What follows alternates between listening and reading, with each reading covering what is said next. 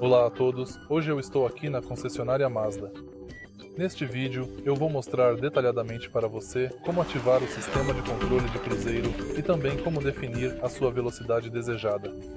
No início do processo, acelere o veículo até que apareça aquele ícone específico bem aqui no painel.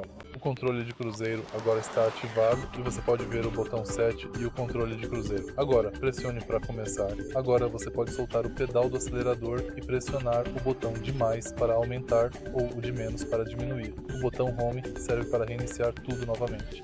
Para começar, se você quiser iniciar a partir da velocidade definida, pressione o botão de mais se for a velocidade atual, ou o de menos se quiser começar a partir do carro à frente para o controle de cruzeiro ativo.